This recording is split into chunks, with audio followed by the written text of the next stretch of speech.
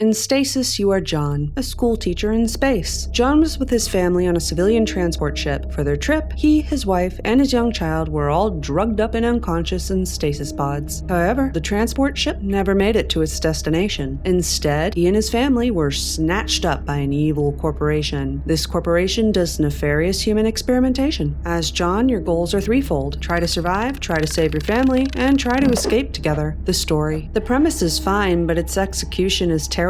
Events in this game only have one outcome, and the outcome is usually lackluster. For example, see this cat? It's going to die. Its only purpose is to serve you 2 jump scares and to hurt your feelings by its dying. The cat survived for months on its own, just fine, despite multiple dangers and dangerous gases. But now John corners it, it gets scared, and its terrified meows attract monsters. Its terrible death is inevitable. No matter what you do, John will keep auto-cooing at it like an idiot, causing it to yowl loudly. If you try to have some common sense and walk away so that the cat doesn't feel cornered, then the cat will stay put since it's so scared and wants you to stop cornering it, which you did stop doing. None of this makes sense. And you have to go this way, John will do what he does, and the cat will die. Its death is clearly just meant to be a gritty, sad moment, intended to upset the player, but it feels very forced. The cat didn't have to live. I'm not complaining about the story doing that. What I am saying is that its death going that way felt lame instead of emotional because it didn't make sense. For its death to have had any impact, it would need to actually matter in the story. Its death just wasn't written well. Similarly, there's a complicated puzzle which you must complete to proceed, but you will kill the person no matter what you do. It seems like this death is just meant to be another dark moment, much in the same way as the cat, but it's too poorly written to land right. For a rando's vitals to go from fine to dead was more odd than tragic, and similarly, John falling apart, blaming himself, seemed melodramatic. Plus, he wails and talks loudly often, and does so in an area with monsters, which constantly undercuts the tension. He also often moans and groans about sights and smells, which further eliminates any sense of his needing to exercise caution here in this dark, blood-stained, monster-filled disaster zone.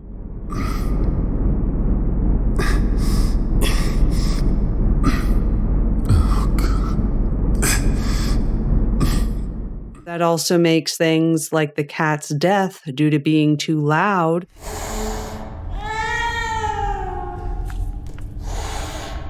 feel completely pointless. After all, John certainly didn't learn a lesson from it, and that's fine, but it doesn't make this place seem very scary either. Either noises should matter or not, but they shouldn't matter depending on whether the plot suddenly wants them to. As I played, I became more and more bored instead of intrigued. After a little over 4 hours, I decided to look up the ending to see if the experience became more interesting as it went on, but the writing doesn't seem to get any better. As it goes on, more bad things happen to John, and John is very sad. Since that was already how things were going for John, and supposedly tragic events were already written poorly enough to feel meh, it seemed to me like the game's story would remain that way. I don't imagine that the writing style suddenly gets completely different. I looked up how long it would take to beat, saw it would take several more hours, and decided that it just wasn't worth it and I'd stop playing it. That's about all I can say about the story without giving spoilers, but if you want to know the full story and what happens, then you can wiki it. The plot's there in detail. The gameplay was surprisingly disappointing for a point-and-click adventure game made in 2015. Item combos are often nonsense.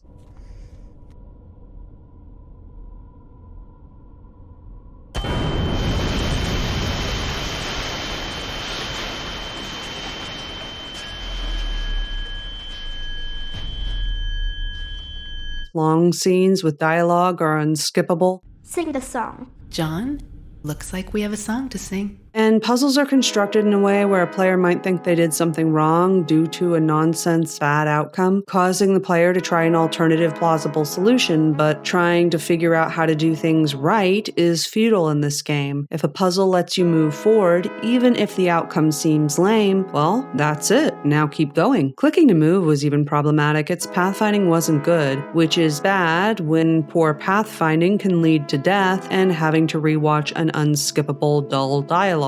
For instance, here, it was obvious that John going near these turrets was a very bad idea. So I clicked on something behind them, because going behind them was obviously going to be the solution. But then John ran in front of the turrets and died. The solution was to shuffle John along with multiple clicks, because the game's pathfinding didn't understand that clicking on something behind the turrets meant that the player wanted him to go behind the turrets. Instead, it thought that clicking on something behind the turrets meant that the player wanted John to get his everything pierced. The unskippable dialogue scenes often don't add much in either. When I looked up the game to see if I was missing some button to skip this sort of crud, I found others wondering the same and even bringing up that specific lullaby scene, which I particularly disliked. I also saw fans of the game defend its unskippability on forums. For example, with the lullaby, it was defended as an important scene which was necessary to establish John's character as a family man. However, I don't think a cringe-inducing lullaby that lasts over a minute automatically helps underline that a father loves his daughter. I think that if it did, then many players wouldn't want to skip it. After all, patient types who enjoy a good story are often the target demographic for a story-rich point-and-click game. Personally, if it were a good scene, I know that I wouldn't have wanted to skip its dialogue. Plus, John's desperately hunting for his daughter, enduring great pain and discomfort as he does so, I think well underlines that he cares for her. Forcing players to be unable to skip cringe doesn't make him seem more devoted than that, I think. I tried to think of something positive to say, but I didn't encounter a single likable moment in the story in the several hours I played. At best, I think messages on the PDAs were an okay element because they did elaborate on what caused the chaos inside of the corporation's ship, and they did so in a believable way. However, none of those PDA entries were memorable. They simply helped to set the tone of the story. So despite the game's marketing, I don't think Stasis is a story-rich game. Instead, I found it to be awkward, clunky, and poorly shown. I think it looks poor for a game made in 2015. Bleak is fine, low res is fine, but there's just nothing unique here, no great atmosphere, nothing to praise. Movement is also clunkily portrayed, and it doesn't look quite right. Meanwhile, there are typos which further make the game look worse. The voice acting often seemed either stilted or melodramatic to me, and not in a fun B-movie sort of way.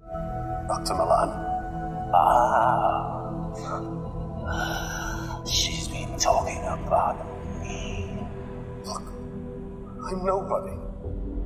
I just want to find my family. The soundtrack and its sound effects were okay, but these were nothing fantastic to me. Meanwhile, random shrieks meant to cause jump scares. Holy shit!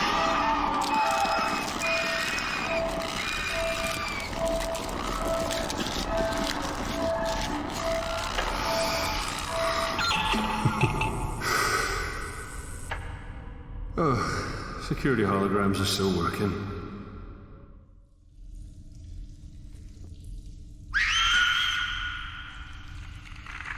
John moaning and groaning and grunting were just annoying to listen to.